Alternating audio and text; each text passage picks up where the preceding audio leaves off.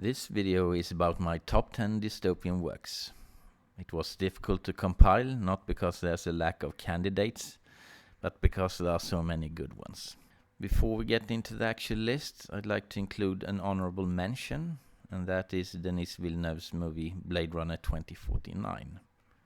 I've been a huge fan of the original movie since my early teens, and like most other people, I don't think that Blade Runner 2049 is as good as the original, but I still think it's a great movie, well worth watching. It asks interesting questions without answering them, forcing us to think for ourselves. What does it mean to be human? How are we shaped by our memories? And so on. The reason Blade Runner 2049 isn't on my list is that it's more preoccupied with the existential rather than societal questions.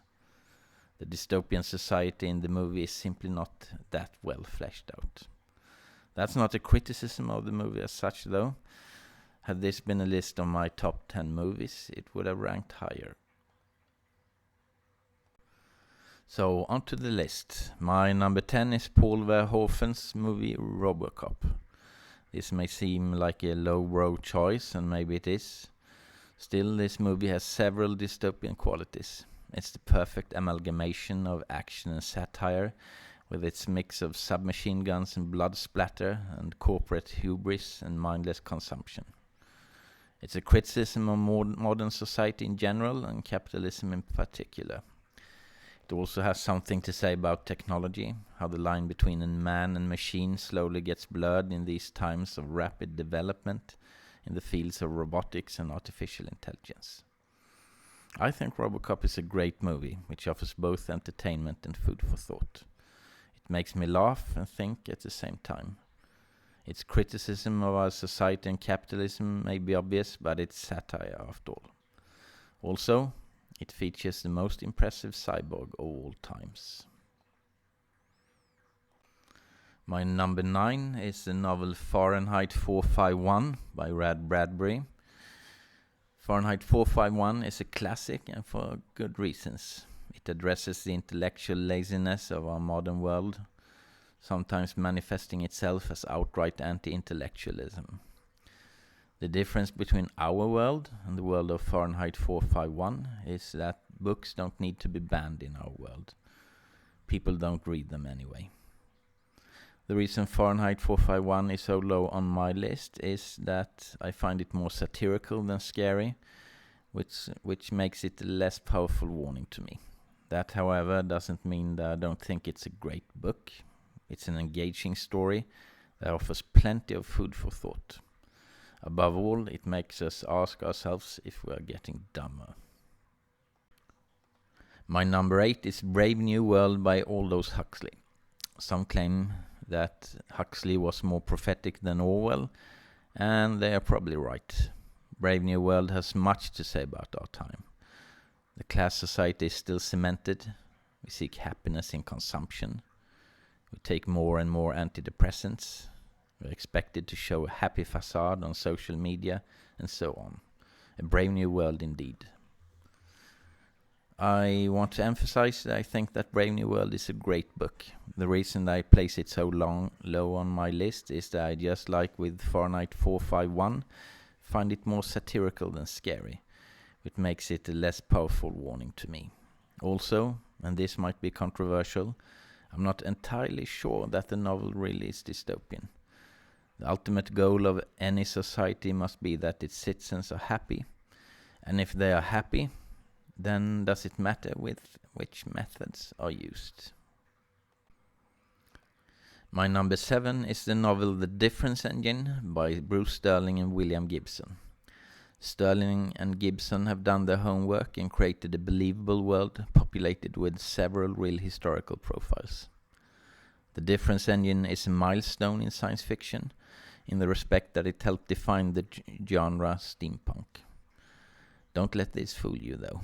There's nothing romantic or flamboyant about the Difference Engine. It's more about smokestacks and punch cards than shining brass and top hats. It shows the impact of technological innovation and how it can change history. It's also a powerful warning against unrestrained technological development, which is amply illustrated in the ghostly ending.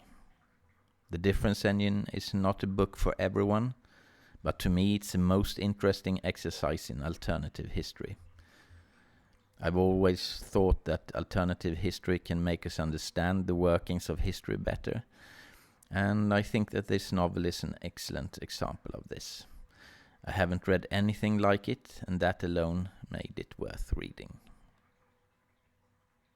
My number 6 is the novel War Day by Whitley Strieber and James Knetka. Save for the apocalyptic first chapter, War Day is a surprisingly low-key story. What makes it different from most other post-apocalyptic stories is that there's an eerie sense of realism. Working electronics are scarce because of EMP weapons. Those who have been exposed to radiation are given lower priority in healthcare. More people have died of starvation and disease than the actual nuclear exchange, and so on. It's a far cry from Mad Max. I was only a teenager when I read War Day the first time. It had a great impact on me. Before that, nuclear war was something abstract to me, basically just images of mushroom clouds. War Day made the devastating effects of a nuclear war disturbingly tangible. Even today, I feel uneasy when I read it. My number 5 is the novel Fatherland by Robert Harris. Fatherland has a classic thriller setup and it works perfectly. Something that contributes to the experience is that it feels chillingly realistic. It feels like this is what it could have been like if Germany had won the war. It's more than an excellent alternative history thriller, though. It's also a fascinating study in fascism in general, Nazism in particular. The novel deromanticizes Nazism and shows its real face. There are of course flashy uniforms, waving flags and monumental architecture, but above all there are lead-grey totalitarianism and barbaric brutality. I've read Fatherland a few times and expect to read it again. It's a perfect dystopian thriller which offers both entertainment and food for thought. On a side note, I happen to be well read on the topic of Hitler's plan for Europe, and I'm impressed by Harris' accuracy, which is near total. My number 4 is the movie THX 1138.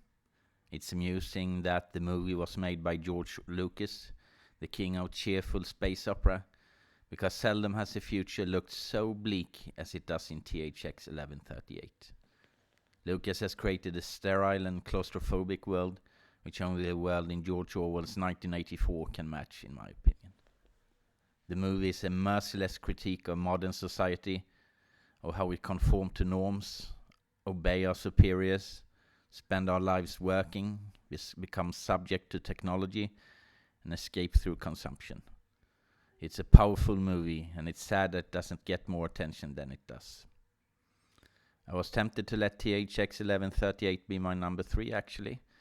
It's one of my all-time favorite movies, and it has a profound impact on me every time I see it. It really makes me think about life. Is it just about work and consumption? I like to think that there's more to it. My number 3 is the novel Neuromancer by William Gibson, the quintessential cyberpunk work next to Blade Runner. Now, Neuromancer isn't without flaws.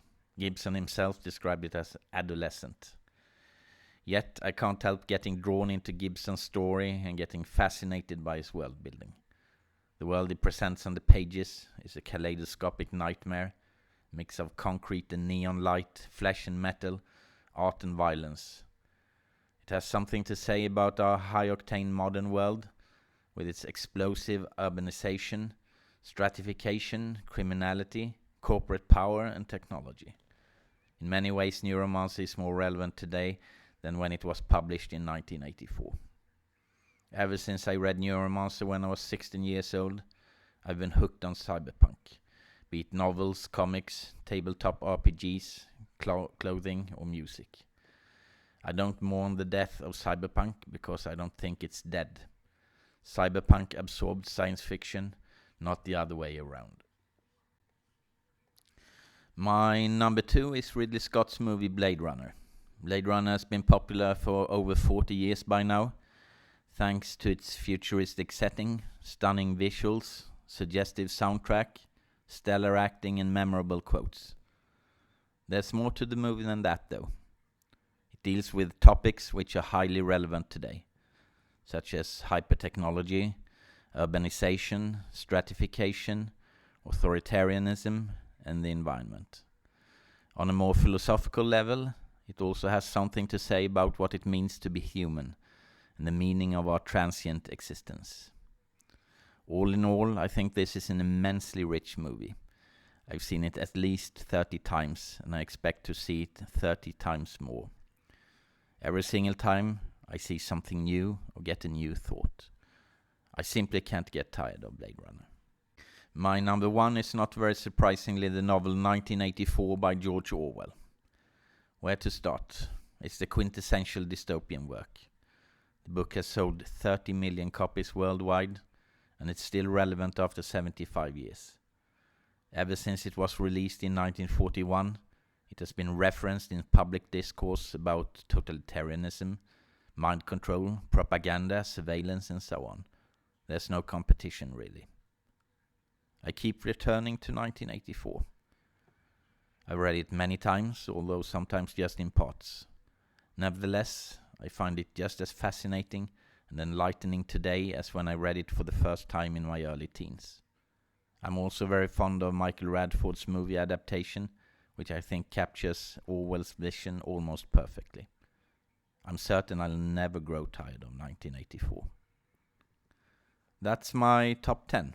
Maybe agree or disagree with something? Want to share your own top 10?